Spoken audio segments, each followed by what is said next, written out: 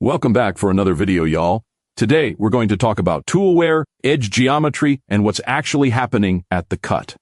Let's get into it.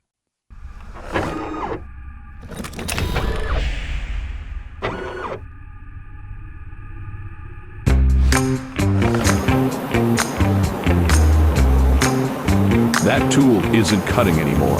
It's rubbing. And there's a big difference between the two. A sharp cutting edge shears material cleanly. A worn edge drags across it. One makes chips, the other makes heat. And heat is what kills your part, your finish, and eventually the tool itself.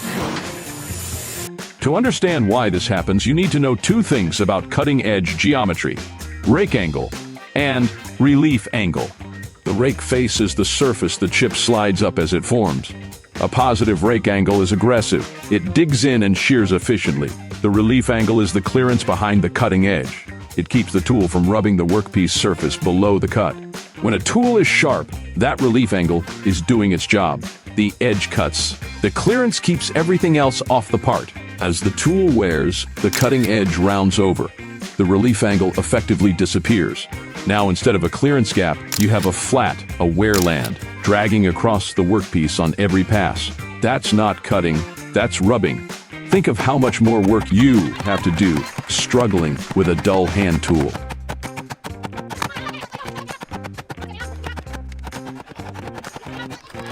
It ain't pretty. And the same is true at the spindle.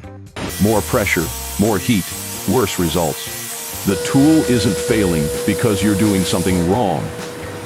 It's failing because the geometry is gone.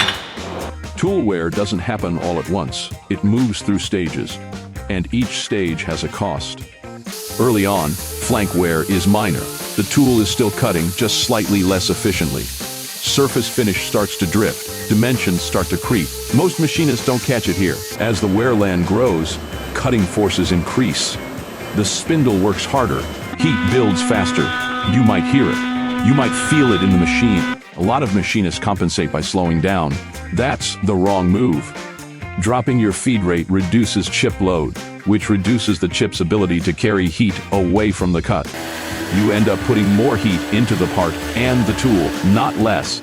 Left unchecked, that wear land becomes a catastrophic failure. Edge chipping, corner breakdown, sometimes a broken tool in the part. All of it avoidable if you catch it at the right stage. Here's the practical side.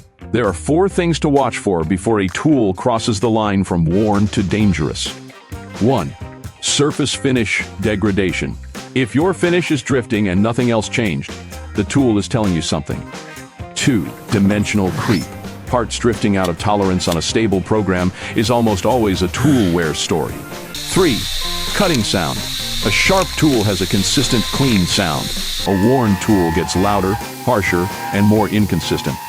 Trust your ears. 4. Spindle load. If your machine monitors load, a worn tool will show it. The spindle is working harder to do the same job. The best shops track tool life systematically, not because they're guessing, because they've learned from experience what each tool can handle on each material. Once you know that, you can change on a schedule instead of reacting to a problem. Not all tools wear the same way. Substrate grade, coating, and geometry all determine where most of your tool life is spent on the wear curve. At Chapman, we can help you figure out what tool spec works best for your operation. Whether you're fighting premature wear, inconsistent finishes, or just looking to get more parts per tool, that's exactly the conversation we're built for. Visit us at shop.wcchapman.com or give us a call at 410-686-6860. Don't forget to comment, like, and subscribe so we can keep this party going.